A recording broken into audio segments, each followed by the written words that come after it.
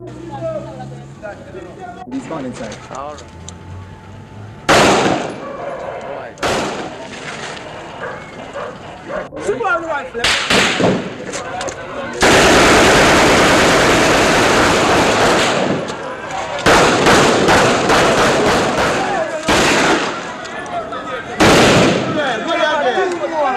The Chronicle of a Jamaican Constable, Oath of Office, Chapter 1, Operations Briefing.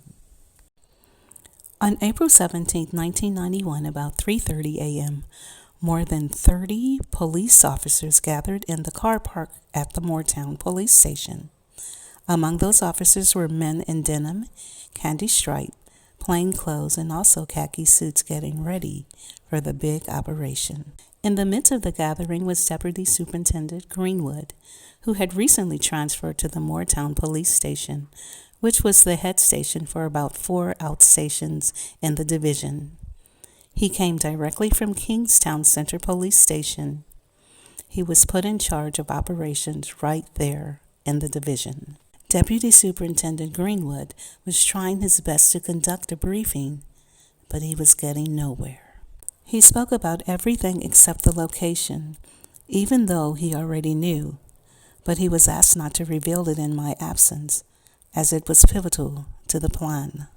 Notwithstanding, he spoke of the basic safety tips and human rights, the deadly use of force, the laws, and the force policy, among other things. Frustration filled the air. They were all curious as to where they were heading. But Deputy Superintendent Greenwood replied, "We have to wait for Sergeant Dodds." It was unusual for a deputy superintendent to be physically involved. He had to take a back seat and lean on a sergeant for guidance, but the deputy remained the primary mental force behind the operation, giving invaluable advice. Usually a sergeant was not depended on to lead such a large operation, but because of the type of policeman I was, I knew it was something that would keep happening. It was 4:10 a.m. on the dot when I sped into Moortown parking lot. I got out of my car and noticed everyone was looking at me, from the constable to the deputy superintendent. I closed the door of my car and proceeded toward the gathering. Among the group of officers were Deputy Superintendent Greenwood, to whom I paid my compliment. Superintendent Greenwood was of the opinion that I would one day become an excellent operations officer. He looked at me, glanced toward the gathering, then said, "Julian Dodds, the great one, the floor is all yours." Immediately I faced the 30 men that were standing in the parking lot, whose initial facial expression was that of tiredness or boredom. I started with, "Good morning. I must apologize for being late, but the show must go on.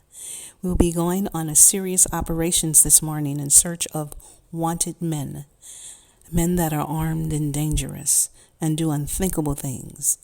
These men are responsible for the murder of Inspector Pecos Martinez, as well as other murders across the country. So we proceed with caution."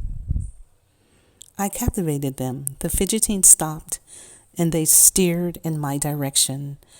Everyone started to whisper to each other as if the briefing was now getting interesting. I continued. The team for this operation consisted of 31 people, 1 deputy superintendent, 1 sergeant, 7 corporals, and 22 constables, which will be broken down further into 6 teams. Team 1 will consist of DSP Greenwood, Corporals Marks and Dillon, as well as Constable Peter Samuel and I. The 5 other teams will consist of 1 corporal and 4 constables. I further explained. The intelligence gathering revealed that there were 15 men who formed the targeted gang, and from time to time they would import other men to join them. We are going into a territory where there are 4 houses occupied by these men, so please be advised that law-abiding citizens live among them, and we don't want innocent people getting hurt. There should be no firing if our lives are not threatened or if we are unsure of our targets and mistakes are unacceptable. I continued. On arrival at the location, we will park the vehicles about 100 yards away and allow 3 foot teams to go in. Teams 1, 2, and 3 will cover the entrance and the exit area. As soon as the areas are covered, the remaining teams will drive up to the location. It is imperative that you be on alert as the homes are encircled by zinc fences where men could be hiding behind or sending signals. I then showed them pictures of some of the guys in the target gang and sketches of their 4 houses. Now pass them around so each officer can get a look. These guys mostly operate at nights, and they're always looking out for the police. At the break of day, they leave the streets and occupy the 4 houses. The little blue house with the red zinc roof is where the men that shot Inspector Martinez sleeps. Then at nightfall, they would resume their activities. We are not looking for 1 or 2 men. These men operate in a gang of 15 or more. So if there are any questions, you should ask now. Constable Peter Samuels raised his hand. "Where are we going, Sergeant?" I replied, "You will know in a short while." The team looked bewildered. There was talking among themselves. One officer then replied, "Anything can go so, my youth. Or if I go on operation, and I know which part we go." Others voiced their opinions quietly, but I simply indicated to the force drivers to get their engines started. I informed the team that phone privileges will be taken away and no one is allowed back in the building to use any phones. Prior to our departure, Deputy Superintendent Greenwood came up to my window and told me he wanted to ride in my vehicle. I asked him if he was certain, and before he even answered, he hopped in the back. Corporal Marks got in the front, and shortly after, I saw Constable Samuels running toward us to take a seat beside Deputy Superintendent Greenwood.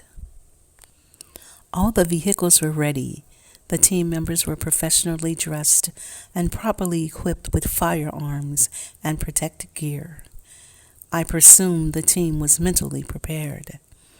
I sat in my vehicle and watched the marked and unmarked service vehicles in line, awaiting the word of command to go. They knew my vehicle would lead, and the others would follow. We drove out at 4:45 a.m.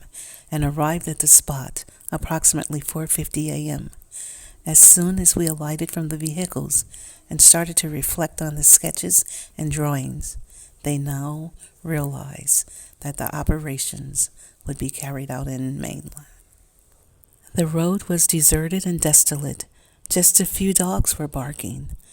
I assumed that unscrupulous men were hiding in some of the yards behind the zinc fences and looking at us.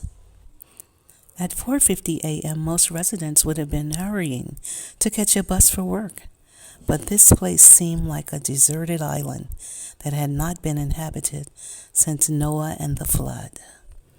Imagine the fear and horror that must have taken hold of the community members, why they were nowhere to be seen when they should have been preparing to go to work.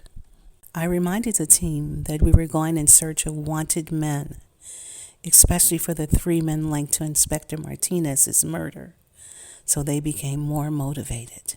From what my informant told me, the men had been seen as recently as 3 a.m., so I was almost sure they would be captured. That was Chapter 1. Don't miss Chapter 2. Moving in. Chapter 2. Moving in. Being the point man at the front or the tail end at the back were the 2 most dangerous roles. I stated that I would play the point man, to the surprise of DSP Greenwood. DSP Greenwood asked, "Why did you take the dangerous role?" I replied, "I'm always up front in my operations. I don't just give orders, I also perform." The deputy again asked, "So what will I be doing?" I responded with a smile. You tell me, sir. You're the deputy superintendent on the ground. I'm just a sergeant. He replied, I'm staying with you.